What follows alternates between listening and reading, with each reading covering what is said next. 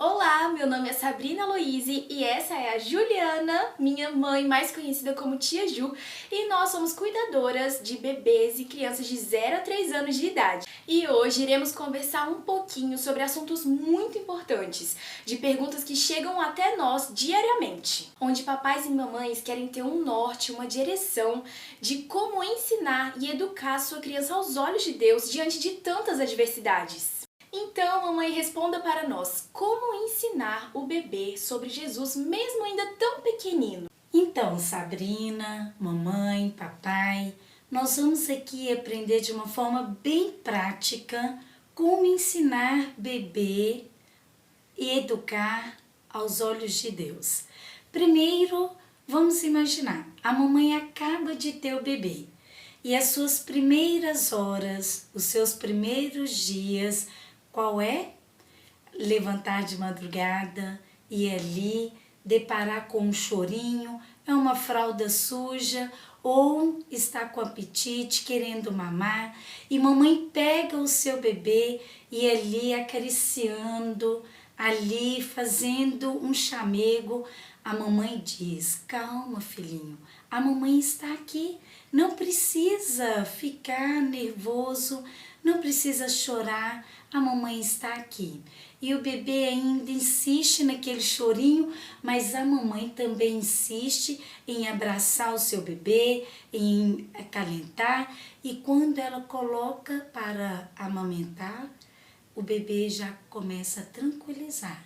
E as palavras dela ainda insistem: calma, filho, a mamãe está aqui. Sabem, toda esta interação já é formando ali a base de uma confiança, de um amor que a mamãe vai passando para a criança, e quando ela crescer, ela passar por algum momento, algum obstáculo na vida, a mamãe vai dizer: filho, não precisa ficar assim. Sabia? Existe um Deus que te ama. E a criança lá no subconsciente, ela já vai detectar que esta palavra, fique tranquilo, mamãe está aqui. É a mesma interação, a mesma conexão que ela vai fazendo no amor de Deus. E assim o bebê ele vai crescendo, tendo este relacionamento com o adulto que cuida dele, com o papai, com a mamãe, com o cuidador, e vai tendo esta confiança. É aonde quando a mamãe estiver ali ou uma cuidadora estiver ali trocando, higienizando, dando banho, há uma mutualidade entre o bebê e o adulto. E esta confiança ele vai adquirindo. E quando a criança já estiver entendendo que a mamãe diz para ele: filho, você tem um Deus que cuida de você.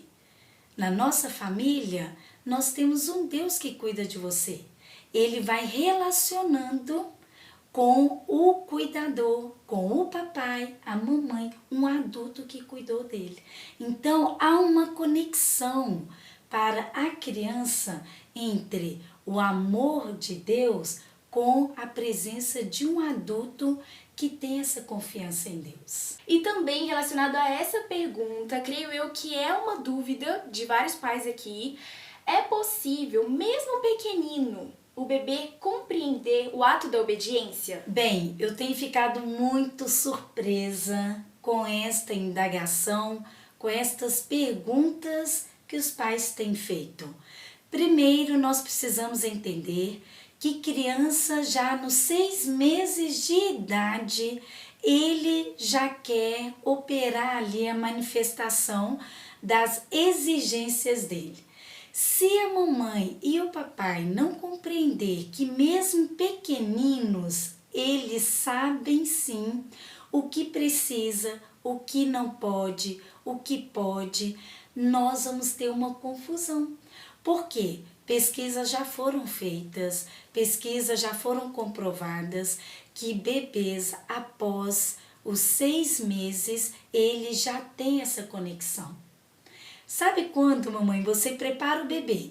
ele está de fraldinha limpinha, ele está ali já alimentado, já houve uma interação com a mamãe, com o papai, com o cuidador, e ele já está manifestando aquele cansaço, soninho, você o coloca no bercinho.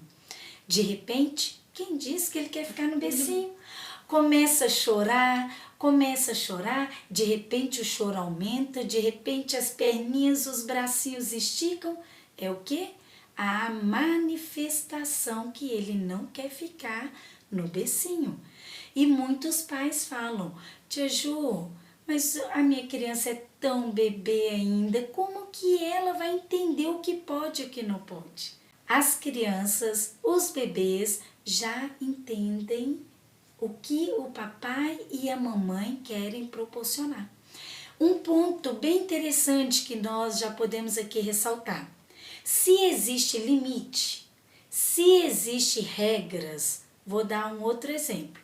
A mamãe tem horário da criança alimentar, a mamãe tem horário da criança tomar um banhozinho, a mamãe tem horário de interagir com a criança e de colocar para dormir.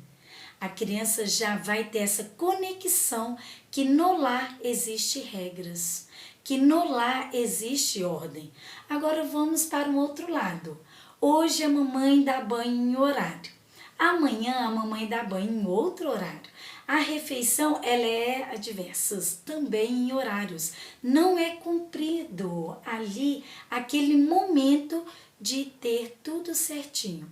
Automaticamente a criança também não terá limite. Então, olha como que nós entendemos que é de forma prática o lar, o andamento do dia a dia que já vai colocar regras, disciplina, o momento que pode, não pode. Então, papais e mamães e cuidadores, vamos entender que criança ela entende.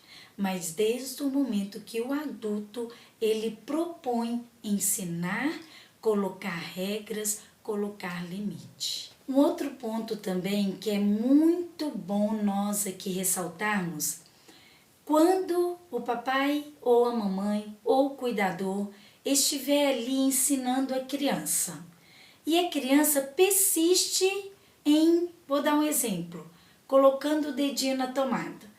A mamãe pega e fala, filho, não coloque o dedinho na tomada. A criança vai lá e vai novamente insistir em colocar o dedinho na tomada. Se a mamãe ficar falando não, não, não pode, este não para a criança vai passar a ser uma palavra comum.